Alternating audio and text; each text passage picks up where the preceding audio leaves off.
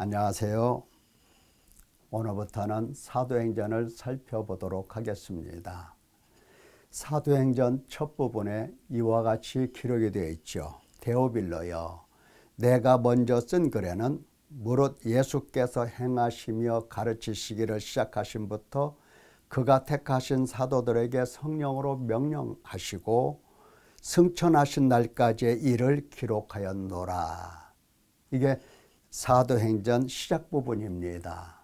그러니까 지금 이 사도행전을 기록하는 것은 데오빌로라고 하는 사람에게 뭔가 보내주고 뭔가 가르쳐주고 일러주고 싶어서 이 글을 기록하는 겁니다.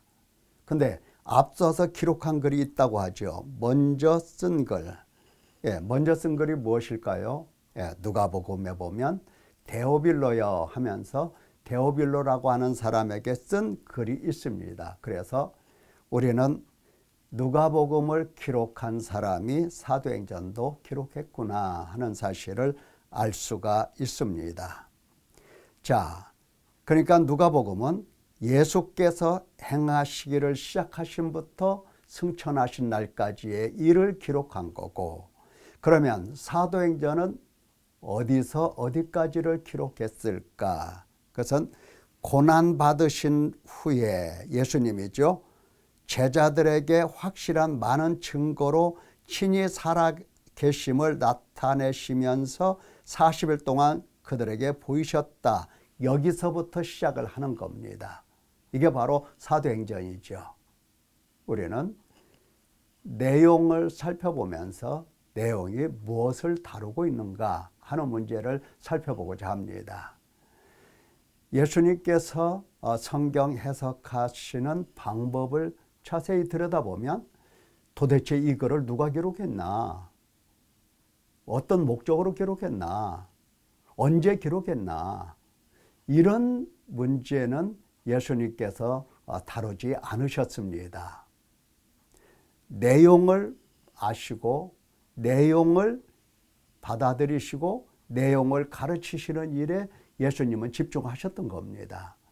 우리가 그 방법을 택하고자 하는 겁니다. 자, 그러면 사도행전을 들어가기 앞서 지금 우리가 성경을 통해서 무엇을 알고자 하는 건가 하는 겁니다. 무엇을 알고 싶습니까, 여러분은? 성경 공부를 도대체 왜 합니까? 간단하죠. 하나님께서 누구시고 하나님께서 무슨 일을 하시고 나는 그 하나님 앞에서 어떤 사람인가 하는 것을 알고자 우리가 성경 공부를 하는 겁니다. 자, 그러면 이 성경은 누가 기록했죠? 전체를 다, 그렇죠. 사도들과 선지자들입니다. 사도들과 선지자들이 기록한 이 말씀을 통해서 우리는 하나님이 누구신가? 하나님께서 무슨 일을 행하셨는가? 나는 그 하나님 앞에 어떤 사람인가? 하나님은 내게 어떤 은혜를 베푸셨는가? 하는 것들을 배우고자 하는 겁니다. 자, 하나님 하면은 우리가 삼위 하나님이 계신 걸 이미 다 알고 계시죠? 예, 그렇습니다. 삼위 하나님. 삼위 하나님, 성부 하나님, 성자 하나님, 성령 하나님. 우리가 구약을 읽어보면 주로 어떻습니까? 하나님 아버지, 성부 하나님께서 말씀하시고 성부 하나님께서 일하시고 이것이 기록이 되어 있어요. 그런데 자세히 읽어보면 성부 하나님께서 당신의 아들, 독생자, 예수 그리스도에 관해서 많이 말씀하고 계세요. 그러니까 아버지는 어떻습니까? 예수 그리스도를 나타내 보여주시고 계십니다. 그러면 신약에는 누가 많이 기록이 되어 있습니까? 신약 중에서 특별히 복음서. 예수님께서 행하신 일들이 기록이 되어 있어요. 그런데 예수님께서 행하신 이 기록을 자세히 들여다보면 아하, 하나님 아버지가 누구시고 하나님 아버지께서 어떠한 일을 행하시는가 하는 것을 우리가 배워 알 수가 있습니다. 또 복음서 이후에, 그러니까 사도행전서부터 요한계시록까지 거기에 내용을 보면 이제 사도들이 어떻게 활동하면서 말씀을 기록하고 말씀을 통해서 하나님 아버지와 주 예수 그리스도와 성령 하나님을 나타내는가 하는 것들을 우리가 볼 수가 있습니다. 그러니까 사도행전에서부터 요한계시록까지 쭉 읽어보면 누구를 볼 수가 있어요? 삼위 하나님을 볼 수가 있는데 하나님 아버지와 예수 그리스도와 성령 하나님까지도 우리가 볼 수가 있는 겁니다. 그분이 무슨 일을 행하셨는가 볼 수가 있다고요.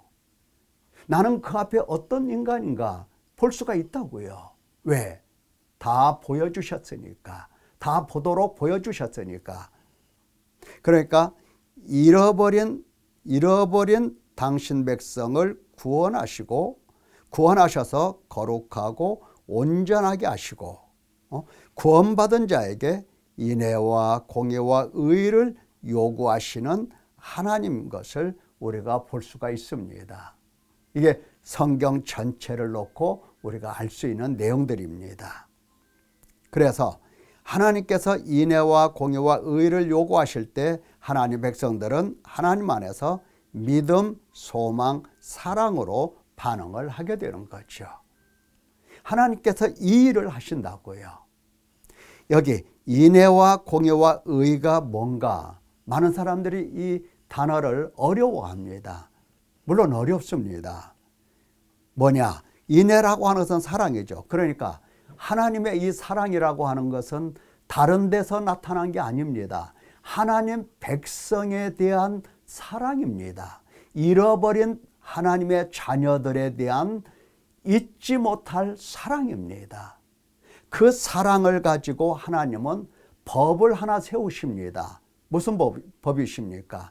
택하심부터 구원하시겠다라고, 구원하셔서 양육하시고 영원한 나라까지 데려가시겠다라고 하는 법을 하나 세우세요. 그 법을 구약에서 선지자들이 공의라고 말을 많이 합니다. 하나님께서 하나님 백성을 택하시는 하나의 원리라고 할 수가 있죠.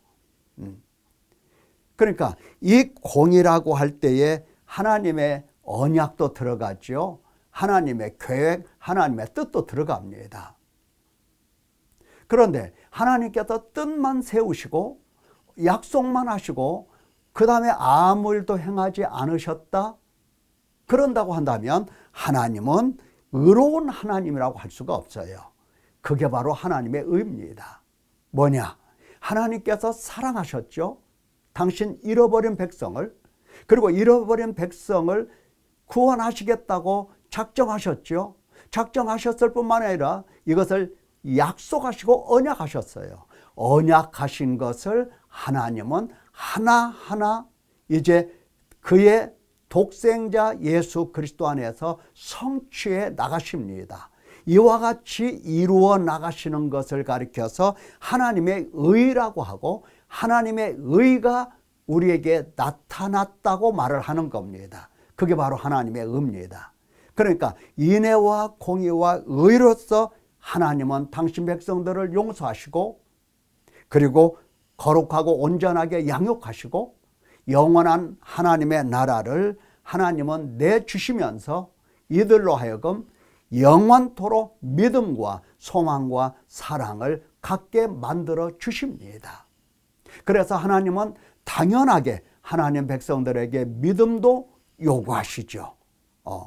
그래서 하나님 자녀들이 믿을 때 이 믿는 자녀들을 의롭다고도 하시고 뿐만 아니라 언제나 하나님만 바라보면서 소망하게 만들어요. 하나님을. 그뿐만 아니라 하나님을 영원토록 사랑할 수 있는, 모든 것을 걸고 사랑할 수 있는 사람으로 만들어 내십니다. 이 이야기들이 바로 성경에 기록되어 있는 겁니다. 우리가 사도행전을 들어가기 전에 앞서 이 내용을 마음속에 새겨 놓으면 좋겠습니다. 자, 그러면 사도행전은 하늘에서 갑자기 툭 떨어진 게 아니죠. 여러분들도 아시잖아요. 예, 사도행전은 예수님께서 오셔서 나를 따라오너라 하시면서 그들을 사람 낚는 어부가 되게 하리라 하시면서 이제 예수님께서 3년 동안 데리고 다니시면서 그들을 가르치시고 그들에게 보여주시고 그들에게 나타내 주시고 양육을 하셨던 겁니다. 그러니까 예수님께서는 나를 따라오너라 하면서 따라만 다니게 하신 게 아니죠. 그렇죠. 산에 앉으시니 제자들이 나온지라 입을 열어 가르쳐 심령이 가난한 자는 복이나니 이와 같이 예수님은 늘 가르쳐 주셨던 겁니다. 그뿐만 아니라 가르쳤다고 해서 배웠다고 해서 그게 전부가 아닙니다. 우리가 성경 공부하는 것도 마찬가지예요. 성경 공부를 했어, 내가 알았어. 그러면 그게 다냐? 아니에요. 제자들이 예수님으로부터 3년 동안 배웠어요. 배웠지만 그들은 육신이 연약했습니다. 깨어 있기조차 불가능했던 겁니다. 그래서 예수님은 그들을 언제나 함께 하시며 세상 끝날까지도 함께 하시며 세상 끝날까지도 함께 하신다고 약속을 하셨던 겁니다. 보십시오. 보라, 사탄이 너희를 밀가부릇 하려고 요구하였으나 사탄이 사도들을 제자들을 요구했죠. 그러나 내가 너를 위하여 내 믿음이 떨어지지 않기를 기도하였노니 너는 돌이킨 후에 내 형제를 굳게 하라. 예수님께서 베드로에게 하신 말씀이에요. 꼭 베드로에게만 했다라기보다는 사도들에게 하신 말씀입니다. 믿음이 떨어지지 않도록 베드로도 붙들어 주시고 요한도 붙들어 주시고 야고보도 붙들어 주시고 모든 사도들을 오늘날 우리도 마찬가지예요. 주님이 붙들어 주시지 않으면 우리는 벌써 믿음이 떨어지고 또 떨어지고 또 떨어진 사람이 됐을 겁니다. 그러나 주님은 우리를 붙들어 주시고 이와 같이 믿음이 떨어지지 않게 하셨던 겁니다. 그걸 믿으십니까? 이와 같이 예수님은 부르심부터 가르치시고 붙들어 주시면서 사도들로 세우셔서 그들에게 직무를 주셨던 겁니다. 그래서 사도행전이 나온 거예요. 우리가 지난번에도 봤죠. 마태복음 28장 하늘과 땅의 모든 권세를 내게 주셨으니 가서 모든 민족을 제자로 삼으라 명령하시고 아버지와 아들과 성령의 이름으로 세례를 베풀며 내가 너희에게 분부한 모든 것을 가르치면서 지키도록. 예수님의 이 말씀은요, 하나님 백성들이 꼭 반드시 지켜야 되는 겁니다. 예수님의 한 말씀 한 말씀은 다 지켜야 돼요. 다 지킬 수 없는 우리들이지만 그러나 다 지킬 수 있도록 주님으로부터 힘과 붙들어 주심을 받아야 되는 겁니다. 세월이 많이 걸리겠죠. 그래도 해야 될 문제예요. 자, 누가복음에도 그렇게 기록되어 있죠. 그리스도가 고난을 받고 제3일에 죽은 자 가운데서 살아날 것과 또 그의 이름으로 죄사함을 받게 하는 회개가 예루살렘에서 시작하여 모든 족속에게 전파될 것이 기록됐으니 너희는 이 모든 일의 증인이라. 그렇죠? 누가복음에서는 회개하도록 너희를 보내마 하신 이야기입니다.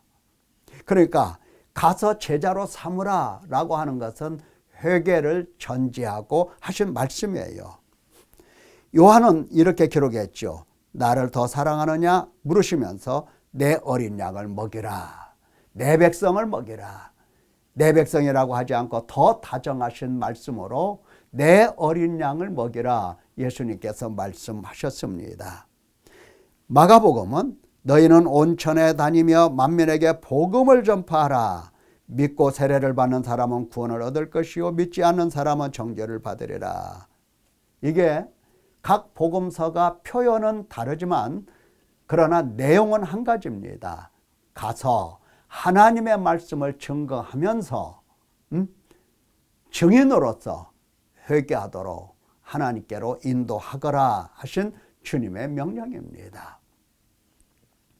자, 사도행전은 이와 같이 예수님께서 그들을 부르심부터 임명하시고 임무를 주시까지 이와 같이 양육을 하시고 그들을 내보내서 이제 활동하게 하신, 그리고 그 기록, 그것이 바로 사도행전입니다. 물론 사도들 단독적으로 나가서 예수님이 명령하셨더니 이제 우리는 나가서 할 수 있어, 이런 게 아니죠. 꼼짝 말고 예루살렘에서 기다려야 했던 겁니다. 누구를? 성령 하나님을. 성령 하나님이 오시기까지 그들은 기다려야 했던 겁니다. 그래서 이제 사도들의 증거뿐만 아니라 성령의 증거이기도 하는 겁니다. 사도행전이기도 하거니와 성령 행전이기도 하는 것입니다. 우리가 사도행전을 통해서 삼위 하나님, 다시 말하면 아버지와 아들과 그리고 성령 하나님을 볼 수 있는 아주 중요한 기회를 얻게 될 것입니다. 기대해도 좋습니다. 사도행전을 공부하고 나면 성령 하나님이 보일 것이고 예수 그리스도께서 보일 것이고 하나님 아버지께서 보이실 겁니다. 틀림없습니다. 자, 한 걸음 한 걸음 나아가도록 하십시다. 오늘은 여기까지. 감사합니다.